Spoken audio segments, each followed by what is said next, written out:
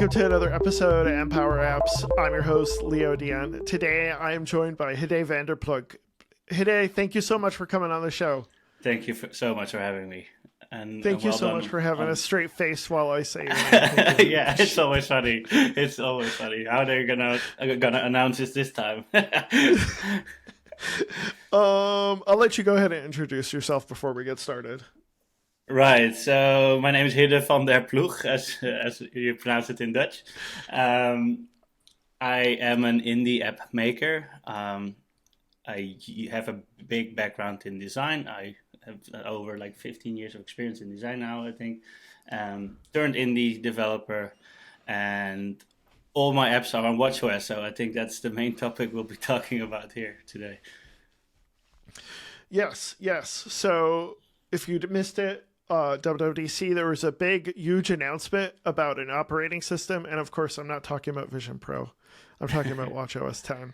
Yeah, I think we're both pretty excited about the updates that come there and big design changes. I just installed watchOS 10 yesterday on my crappy Series 5. So I was telling you before the recording, I had a Series 6 and a Series 7. I bought 6 brand new. That's a 40 millimeter. And then I bought a Series 7 used off of eBay. It's a 44, whatever the bigger size is. And then last week, my Series 6 decided to just die on me. Yes. So and that's the one I probably like more because I think I like smaller watches. People have been trying to convince me to get Ultra, but we'll see about that. But it just died on me. You put it on the charger and it doesn't turn on. And I think when I try to turn it on while it's on the charger, occasionally the Apple logo will flash and then nice. It will go away. Little false hope. It never puts on. I took it to the Apple store. She's like, yeah, this is dead. You could spend $300 on getting it repaired. I'm like, yeah. And she's like, yeah, I don't think it's worth it. No. So yeah, I'm trying to sell it for parts. We'll see. But other than the battery getting warm, there's no sign of life off of that thing. So I spent $100 on the Series 5 here. That's pretty scratched up on the bottom, but I don't care because, like I said, I'm probably going to get a Series 9 or a new watch. Or an Ultra. Or an Ultra. As we said in a previous episode, Adrian tried to convince me, and if I get an Ultra, I'll have to do a marathon, so we'll see about that. No, you don't have to. You can do hikes instead. Could do hikes. Okay, thank you. But I kind of like the new interface. It's interesting when you first install it. They give you a tutorial, right? Yeah. Did you see that? And it's the side button doesn't do this anymore. The crown doesn't do this anymore. You want to talk about the new design changes there? If use even the app circles are different. Go ahead. Everything's different. I think everything's redesigned from the ground up, and I think it's interesting indeed. They onboard you also with the hello in the same style as Mac and iOS now, which is cool because it straight away feels a lot more playful and a lot more visual. And I think that's the main takeaway of this whole redesign. It's everything is a lot more visual and playful compared to the more static black backgrounds trying to blend in with a bezel. I think they finally they appreciate the screen now more and how vibrant it can be without the cost of battery life, I hope. Right. I mean, battery life isn't great right now, but that's because we're in betas. So yeah, that's probably more of that than anything else. But as far as what's the biggest thing you're most impressed with as far as the redesign changes? I think I'm mainly impressed with how organic things feel. It's because I think it's also something you start to feel a little bit more in iOS, especially in Dynamic Island. Everything has a bit more spring to it. Literally, actually, because I think they announced this year as well that spring is the new default animation in SwiftUI. Yep. And you can just feel it from the get go. And everything is feels so much smoother because it's nicely animated, and I think that is the first thing I really liked about it. What was I gonna say? So, if you, I assume you've been playing around with the SDK.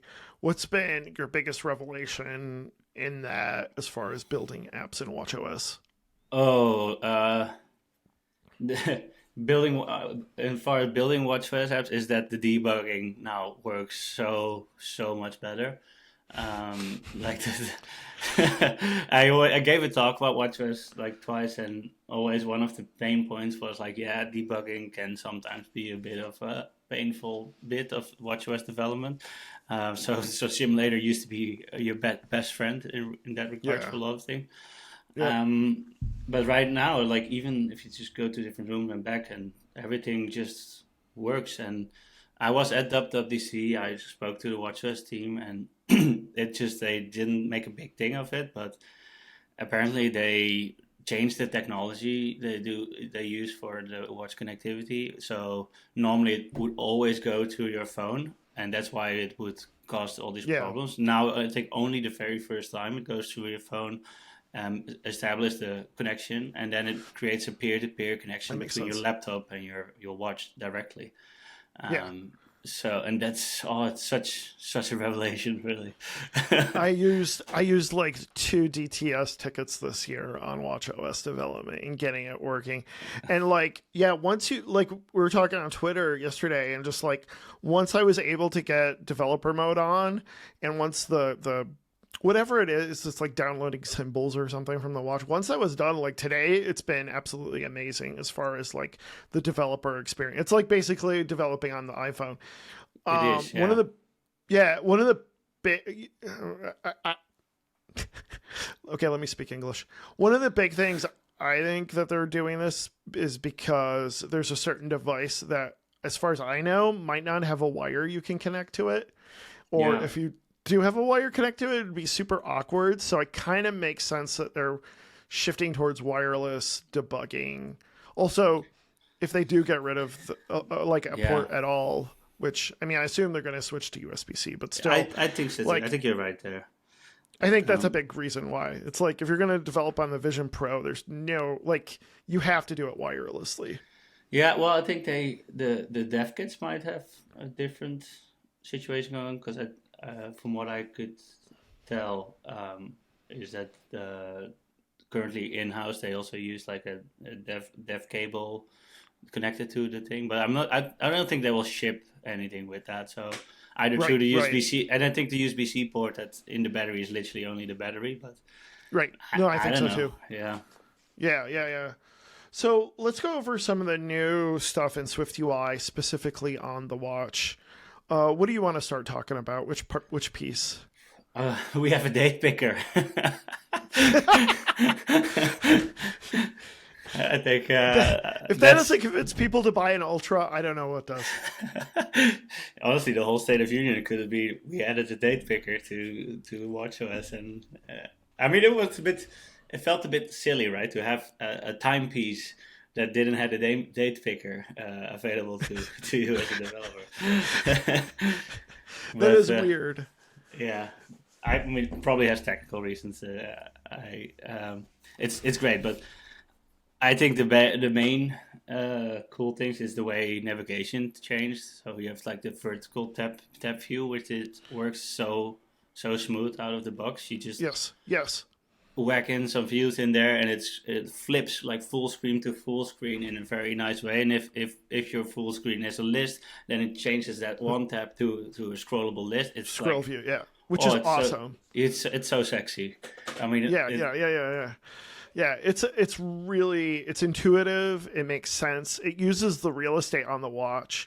Also found interesting, we have like a toolbar now on the watch and like a mm-hmm. title bar. It's like, it's almost like watchOS 10. It's like we finally take the watch seriously, and now you can like build full blown apps with like Yeah, navigation and everything. yeah. Um, I mean, it always was already my favorite platform to build for especially because of limitations, also in sense of limitations of screen real estate. I think it's good design practice in general to build apps with views in mind that do like one thing very well and are very glanceable, because having glanceable views means that it's easy to understand for the user what is expected of them. And I think that's why watchOS was always one of my favorite platforms to start from. But now with these tools we have available today, you can just make that experience so much nicer and so much better. Let's talk about that a little bit further. Like, as far as designing an app on watchOS, what do you think? So, glanceability is a high priority. What else do you think is like a high priority for good design on a watchOS app? Um, yeah, honestly, focus is the most important thing, and keep in mind at all times that people don't interact with your watch for more than a minute, probably. A minute is long Yeah. because just simple for the fact that holding your arm up like this position for a long time is just painful, really. So I think you have to be much more aware of the environment you use to watch in. Instead of like, with iPhone, it could be on the table where you just browse around and or on the toilet, whatever.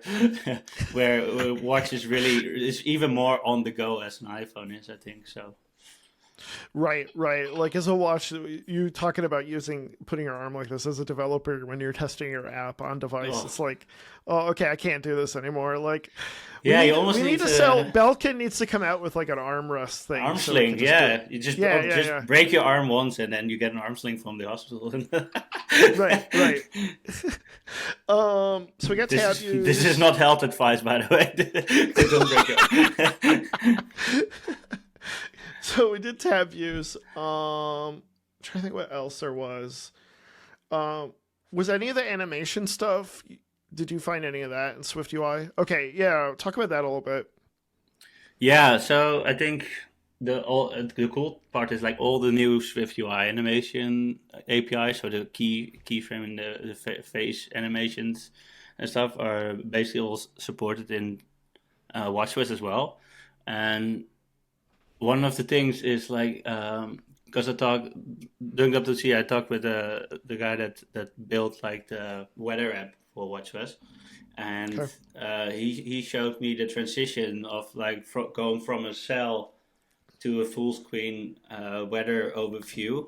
And he told me that's all just a phase animation. So you could swipe from the side to go back, and you could see the view shape and as you swiped. And I think that things like that were impossible to do before this year, before WatchOS 10, really. Is there So like concerns about battery life when you're using animations, or like especially when you're not an always on display? I always worry like I want to do more animations on watchOS, but I feel like mm, I'm being a bad citizen by like doing that. no, well, if anything, now everything's animated. So I think they optimized the hell out of animations in the past few years, and Okay. I think that the way they do calculations for animation might have changed. I'm not sure, but I mean, there's a reason why they went full in on animations in WatchOS 10 as well, right? I think it's Yeah. just the battery's gotten a lot better, um, and I think they optimized it somehow. But for the experience, it makes the experience so much nicer, especially because on Watch you do short interactions, you wouldn't not animate everything at all times. But because if the display goes off, all animations will stop anyway, as the Right. Right. refresh rate is so much lower. Right. Yeah, that makes total sense. Um, what was I gonna? Before we keep jumping into the API, maybe you want to go over some of your favorite talks from this year. Um, and what you think, well, like which ones were the most enriching, or you pulled the most info from? From WWDC, you mean? Yeah. Um, yeah, I think the update your watch app to for WatchOS 10 was a good one. Um, I think it really shows the clear difference between what has changed, because a lot of people also think like not a lot has changed, right? But it is a complete overhaul, and they do have a complete like grid system for different types of views. Um, I was lucky enough to see that early as well, and they really really threw it out of the park there.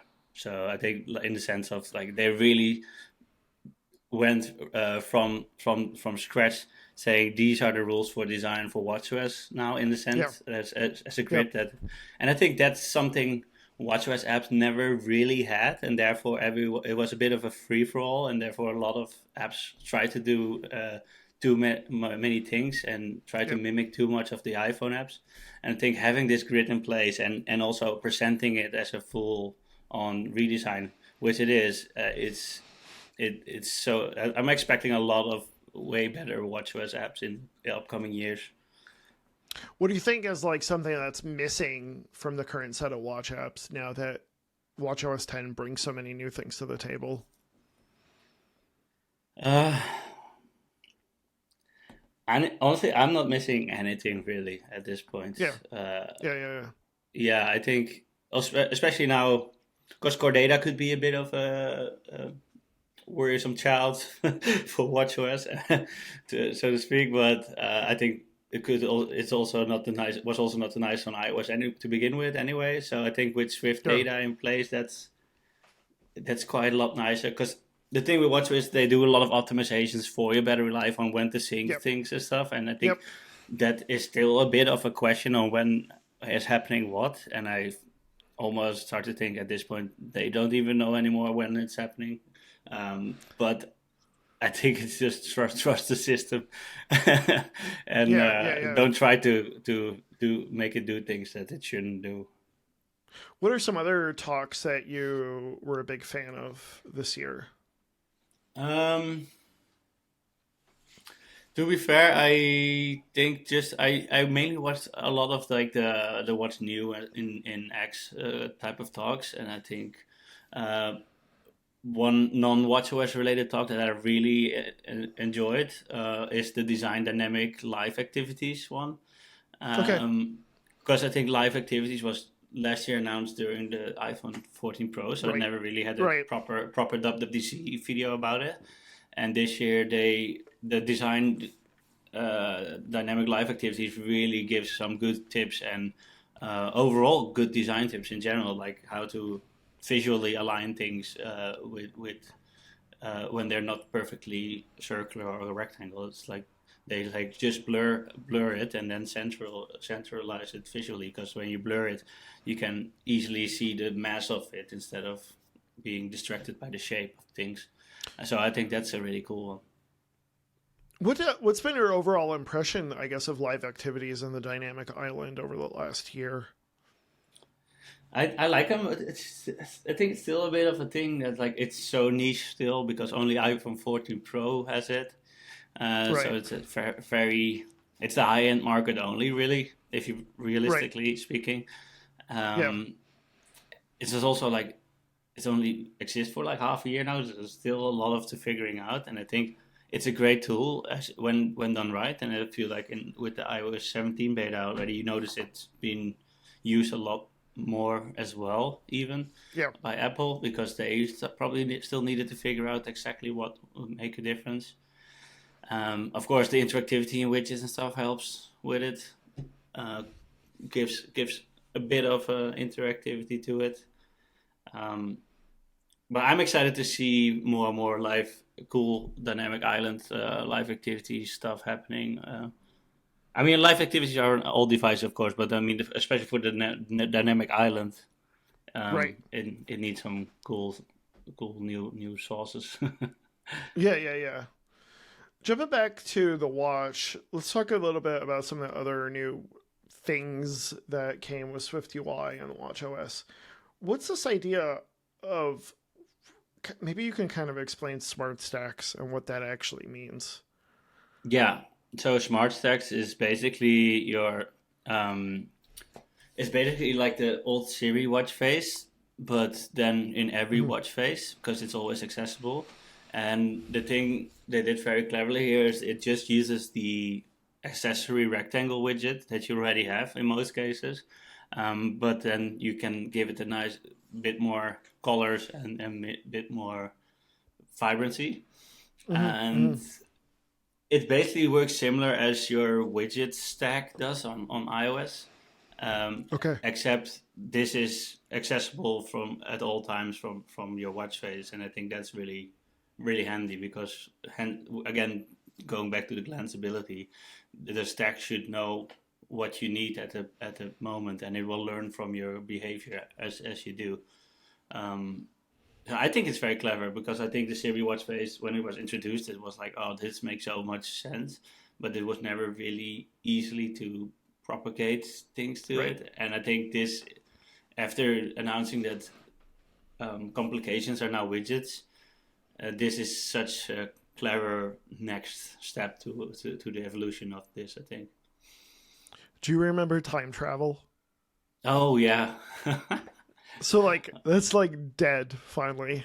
Oh yeah. But essentially, what time travel used to do, they now essentially do that with like the smart stacks. So like you said, any face, you just go, you just turn the crown, and it shows you whatever it thinks is the most important thing you probably want to look at.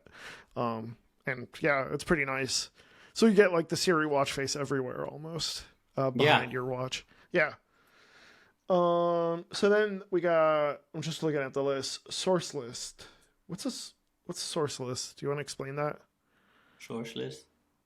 So is that like, oh, is that like where you have a list and you have navigation, and then now you can go back? I think that's what that means. Yeah, I'm not sure why it's called source. Yeah. Yeah. So, and then we have the whole idea of like background colors. Yeah. They use that. Yeah. Talk about that a little bit.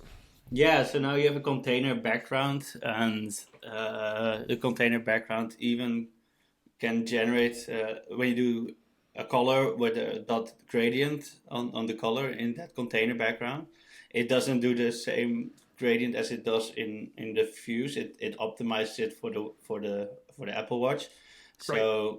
For example, in the activities / workout app, in the activities app, or fitness apps, I don't know, it's called different every time. Mm-hmm. You see the red background going into a gradient to black and a yellow background. Well, that one is just a single color with dot gradient in the container background, and it makes it smooth for you. So I think that's really nice, and I think that's the easiest way they could make it for people to give a nice background that fits with the OS. I'm starting to experiment a bit. I want to go a bit further. I want to try to animate the background when it's on, like very subtly. It's still I'm still fighting it a bit. I think fighting the API a bit, but I'll send some feedback points to their way to hope that maybe that is the performance issue. Maybe I shouldn't, but I just want to make it even nicer. So. Did you see my video I posted on Twitter of the stuff I've been playing around with? No, it's good. Okay. Yeah, I've been playing around with like heart twitch especially, and doing like an animated heartbeat in the background with a graph on top, animated graph on top and stuff like that. Like I've never touched animation, but I don't know if you ever were like a Flash developer, but it reminds me of that. Kind of like the amount of freedom I have to like create cool animations and stuff like that is just amazing. But like it makes it feel alive, doesn't it? Yeah, it totally makes it feel alive. Yeah, exactly. So there's like, maybe you can kind of help explain. There's different types of animations now, right? There's phase animator, keyframe animator. What am I missing, and like what's the differences between each of the ones? Yeah, and you also have the new transitions now, which are widgets, not in widgets for watchOS. By the way, that's also a good thing to know. All the interactivity and animations are not part of watchOS widgets. But yeah, so with the face animation, I haven't played too much with the keyframe. With the face animations, you can just give it different phases of a transition almost, which you can set up beforehand to your own needs. And I think you can have up to 100 different phases or so. So that gives quite a flexibility in what the behavior of your view needs to be. I haven't spent too much time playing around with it just yet, but I know that's how they did a lot of the transition animations in the native apps. And I mean, if you can't do it in 100 steps, then what are you trying to do, really? Trying to make a full-fledged movie on your watch. Yeah. Yeah, Um, so I think this is one of those APIs that's very welcoming for everyone that wants to make their apps feel a bit more organic. yeah, Because back then, UI kit used to have you used to have so much more control in your animations. And I think that right. was one of the things people would go back for. But I kind of like how with SwiftUI, they know what's missing, obviously, and they know they need to make things more and more aligned with what UIKit can do. Um, but I like that how they don't just whack it in there. They just take their time to think about what would be the SwiftUI way to do this, and what would be like the most simplest way to do this. And jumping back on that with animations, it gets complicated quite fast. Yeah, Um, just because animations are complicated to get right. yeah, But one of the main prime examples is that if you use dot spring as an animation, it doesn't ask for damping, friction, and stuff anymore. It just asks for duration and bounce, which yep, is just normal human language for the same things. yep, yeah, yeah, yeah, um, yeah. I It's a think lot more that's just lovely. intuitive. Yeah, Yeah, yeah. yeah. We both. Especially if you haven't touched it for a while, then you're like, oh, what was the fraction again? What was the damping again? And now it's just, and now it's just, oh yeah, bounciness and duration. That's it. We both caught Adam Bell's talk at Swift Heroes. We were obviously physically there. And just like the stuff that he was doing with vinyl is just like amazing. But like he had to touch so much core, like, is it core animation or core? Yeah, you have to touch so much of that stuff and like doing all the complicated trigonometry and like I get it, like it does build, but man, just like having to maintain that, it's just like, and you're trying to You explain really to have to some love junior animations. yeah, yeah, yeah, yeah. It's a really, really cool stuff that he does with the with that album app. But like, um, but now bringing that to Swift UI is just gonna like I think it's gonna open so many doors to a lot more developers of what they can do. Yeah, and you have shaders now as well. That's cool. Yeah, so Um, you can bring in like metal shaders, right? yeah, yeah, but not to Have you watchOS, done I that think. yet? I've played around, but I'm terrible at writing shaders. So I'll just hope ChatGPT can write some good shaders for me. What's your ChatGPT app on the uh, watch? oh yeah, it's PT. Yeah, Yeah, PD. Just ask PD. Hey, PD, write me a yeah, shader. Yeah. Then you yeah, have to like maybe. copy and paste from your watch. That'll be fun. Yeah, you Um, can do that actually. I've done that. Yeah, there you go. There you go. PD, the metal shader generator Maker. for everyone. Yeah. What else do you want to talk about the watch? I think what for me. I think is most interesting is the fact that in the last few years it gets so much more feature parity with what iOS can do. Hmm. Like even introducing NS Ubiquity key file store like just about last year, uh, even though it's a super old API. Yeah. But it's funny enough that there's I think there's one API from the old Watch Kit days that a lot of people still use, and I think they should not touch it because it works flawlessly in my perspective, and that's the watch connectivity one. Yeah. So yeah, of course they could make it maybe a bit more Swifty or whatever, but I think it has something nostalgic to me. Like that's a one old watch kit thing that's still there, and it still works very flawlessly. Just you send if you want to send something directly to the phone, use watch connectivity API. Yeah. I built a whole Swift package around it that uses Combine, so it's easier to hook up to Swift UI, which Oh, I this don't year. know where. I don't know where Combine is, but if you're doing anything with Swift UI and watch connectivity, you could definitely check out Sundial Kit. I'll I will post a check it link out. in the Actually, notes. I've not seen it. Yeah, yeah, yeah. Because I find myself wanting to like know exactly when a message comes in and plug it into SwiftUI in a SwiftUI way. So Yeah. yeah. Um And the other thing I was just gonna say is like the last 3 years have been such a drought as far as watchOS stuff. Like when I heard rumors that watchOS 10 was gonna be a big overhaul, I was like, oh, thank God! It's been so long. And we got it. We got something. Even though we have like new hardware this year, they actually did a big update to the watch, which was great. Yeah, I mean, I think ever since SwiftUI came along, watchOS got a lot nice. Building for watchOS got a lot nicer, and I think Yeah. especially the connection for debugging being solved now. That's a big welcoming. I think that's something a lot of people made a lot of people stop building for watchOS, and um, I only I hope they totally will get it. fix they will update the App Store to accommodate watchOS only apps a bit better as well. But there's always needs to be one wish, right? Anything SwiftUI related you want to talk about, um, or anything else about WWDC before we close out? I think this WWDC was in general very nice in the sense of we had a big new project. Of course, that doesn't happen every year. And of Um, course, you're talking about my brand new MacBook Air 15-inch. Yes. yeah, exactly. No, the cheese grater. The nearly empty hollow cheese grater with the tiny chip inside. Yeah.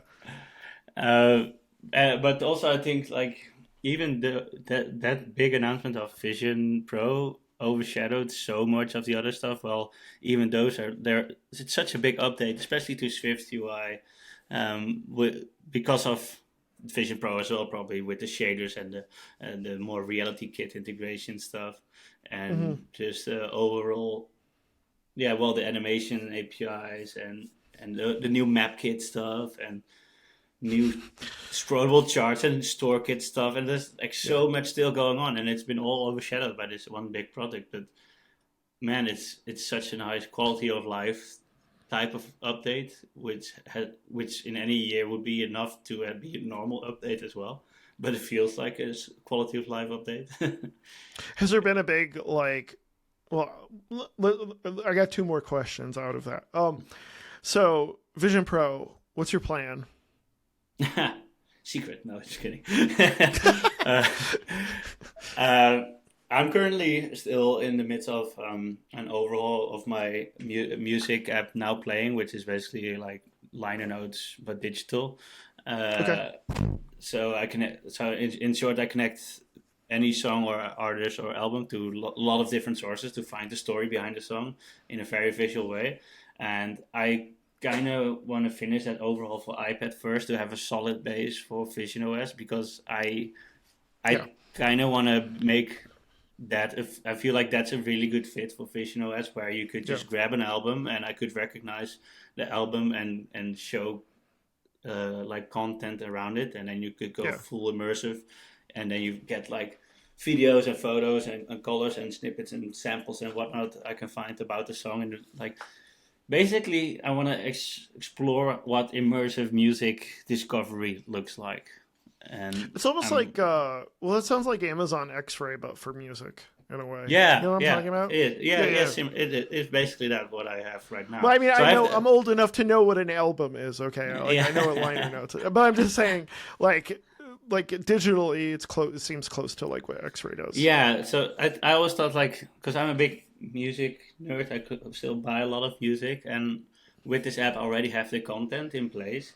I just feel like I want to, I almost want to make it my life mission to bring the fun back into listening to music because everything's just a playlist or a TikTok song from 30 seconds, and Yeah, I feel like the fun of having like a yeah. physical album and then Hmm. discovering about the music. I think that's something I really want to bring back, and I think Yeah, I Vision love that Pro. idea.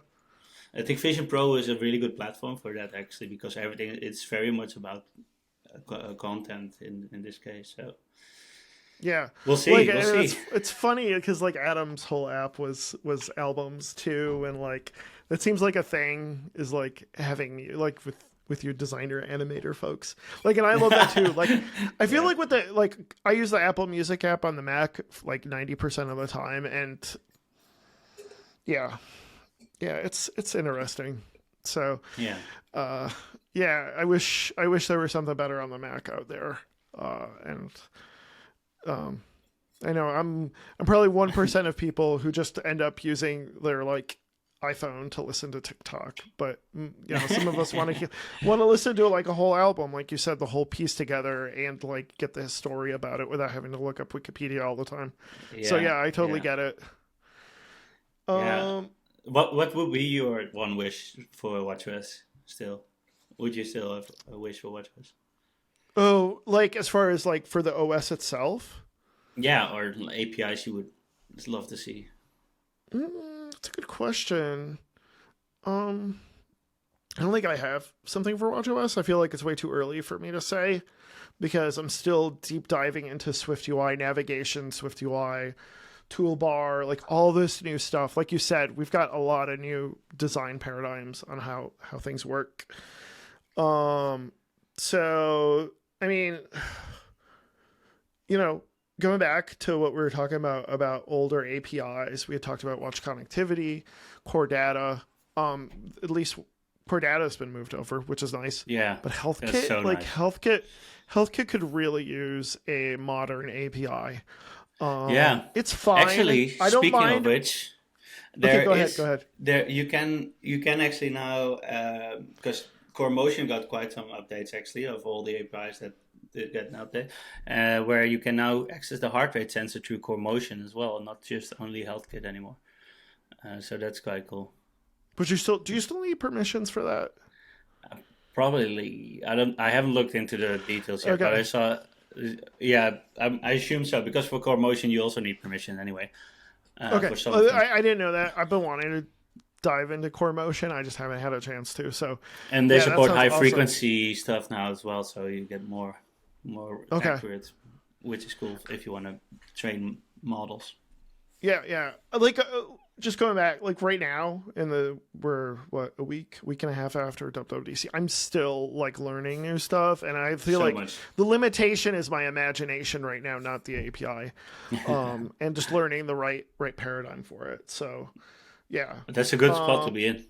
it's a very fun spot to be in, like not having so much stress over not being able to deploy your watch app during development, or like previews not crashing. Like they've done a really good job. I'm really impressed with Xcode 15 Yeah, and the watch development experience. So yeah. That's yeah, the one thing I mentioned when you lost me. I think the one thing they could fix is not necessarily the WatchOS team itself, but it's the App Store team. Is like right. shipping WatchOS only apps is. I don't think they Is have to change anything there, and that's quite a pain.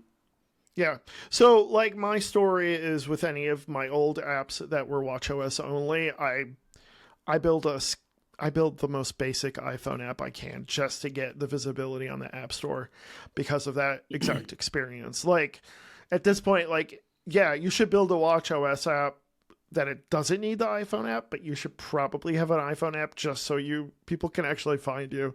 Yeah, Unfortunately, I think that's still the case. Like the iPhone App Store should show watchOS apps only. it Like does, watch but OS there's and be I able to install them easily. yeah, But that's yeah, the it's thing. Because I had a big fuff with that when I launched PT. Because I launched PT as a yep, WatchOS only app first, and then it was $4.99 to purchase, and then a lot of times people would not have it installed automatically. So yep, and the thing is the if you're not aware, like the download button of a WatchOS only app, once you've purchased it, becomes the disabled purchase button, so you can't do anything. So I got a right. lot of one-star reviews saying this is scam because I paid for the app and it doesn't show up on my watch app. Like, yeah, I can't help it. You need to go to Right. the App Store on your Apple Watch in that case. Yeah. Yeah, we've And had that then, issue too. We had like a whole tutorial showing how to download a watch. And it's just yeah, like this is too much. Yeah. it Yeah, is. that's I And think then, the biggest disappointment with independent watch apps. yeah, and then even Is when you that then add a iOS version to the app, it takes about 2 weeks for the App Store to refresh its cache and let you download it still.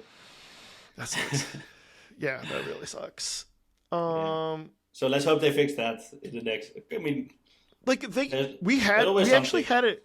I'll just say we had an actual bug that we filed a feedback for, where people had downloaded the app, but they then got like a new iPhone, and then they tried to download it again, and it wouldn't let them.